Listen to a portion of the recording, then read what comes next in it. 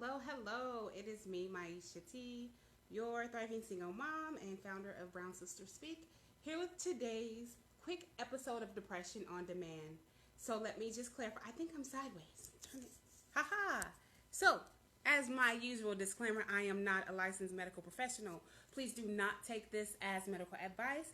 Take this as a story coming from your sister or your cousin.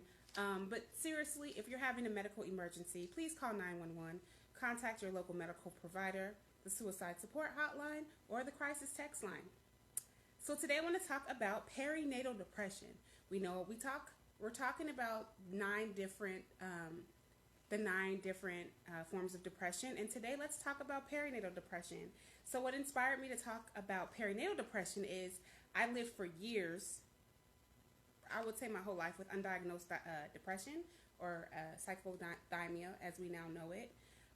And so my last two pregnancies, I struggled with perinatal depression and postpartum. But right now let's focus on the depression during pregnancy. And so I was not happy that I was pregnant my last two times. I was very depressed. I was very sad. I was stressed out. I was disappointed in myself. I didn't want to be pregnant. I had no, they were unintended. And so I had I felt like I had no purpose. Like, why am I pregnant? Oh, woe is me. Like, it was really bad. And, have moodiness and, a mild moodiness and just mild depression, from what I'm finding out in my research, it's normal to have if you are pregnant, but to have it pervasive where you, are constantly thinking of, the stresses of life or your situation, like you're too focused on the bad, then that might be a sign to talk to your medical provider. So let's talk about my factors in my perinatal depression. I was a single mom already of one or two.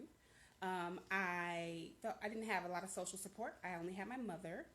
I had a lot of life stress, and as a victim of domestic violence, I never really had treatment. All of that triggered my risk factors for perinatal depression.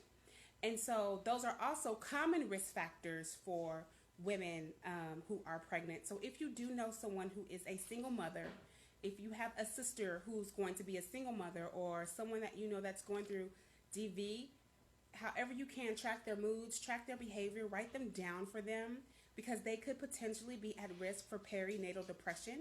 And there are women who have been pregnant who have been known to commit suicide. So we want to be on the lookout for that, okay? So let's go over the signs of perinatal depression. There is the crying, no interest in being a mom, no interest in wanting to have a baby. Now, let me put another disclaimer out. A woman has the right to choose. This is not me judging from the point of if a woman decides to have an abortion, but this is a woman who might be further along in her pregnancy, has made that choice to keep the baby for whatever circumstances, but she's just struggling and she's just depressed. Okay, so there's no interest in being a mother. There's extreme anxiety and fear, sleep problems, and very low energy. But how can I say that when you're pregnant, you're tired all the time? But that might be a risk factor for perinatal depression, depression while pregnant. And as my last 2 days, I've kind of expressed, if you know someone who's feeling that, track their moods. If you're feeling that yourself, talk to your OBGYN about it.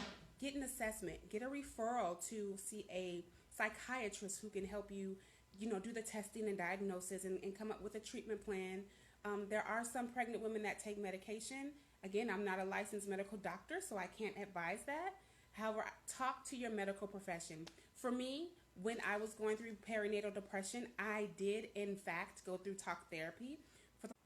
I did have CBT, cognitive behavioral therapy, where we wrote out goals and kind of talked about me being pregnant and kind of gave me my joy into like, okay, I'm going to have a baby and it's a girl and I'm so excited. This is my last child. And then I had my church family praying for me. So it was a lot. Towards the end, throughout the therapy during my pregnancy for depression, I had a lot of support, So that was perinatal depression. Again, these risk factors are very important. Please, if you know someone who's going to be a single mom, someone who had an unintended pregnancy, who's lacks social support, low income, victim of domestic violence, please track their behaviors. Try to be there, lend an ear, be extra supportive, and just help them through their process. This is not to be taken as medical advice. Thank you for tuning in to Depression on Demand and the topic of perinatal depression. You guys have a great day, and I will see you tomorrow.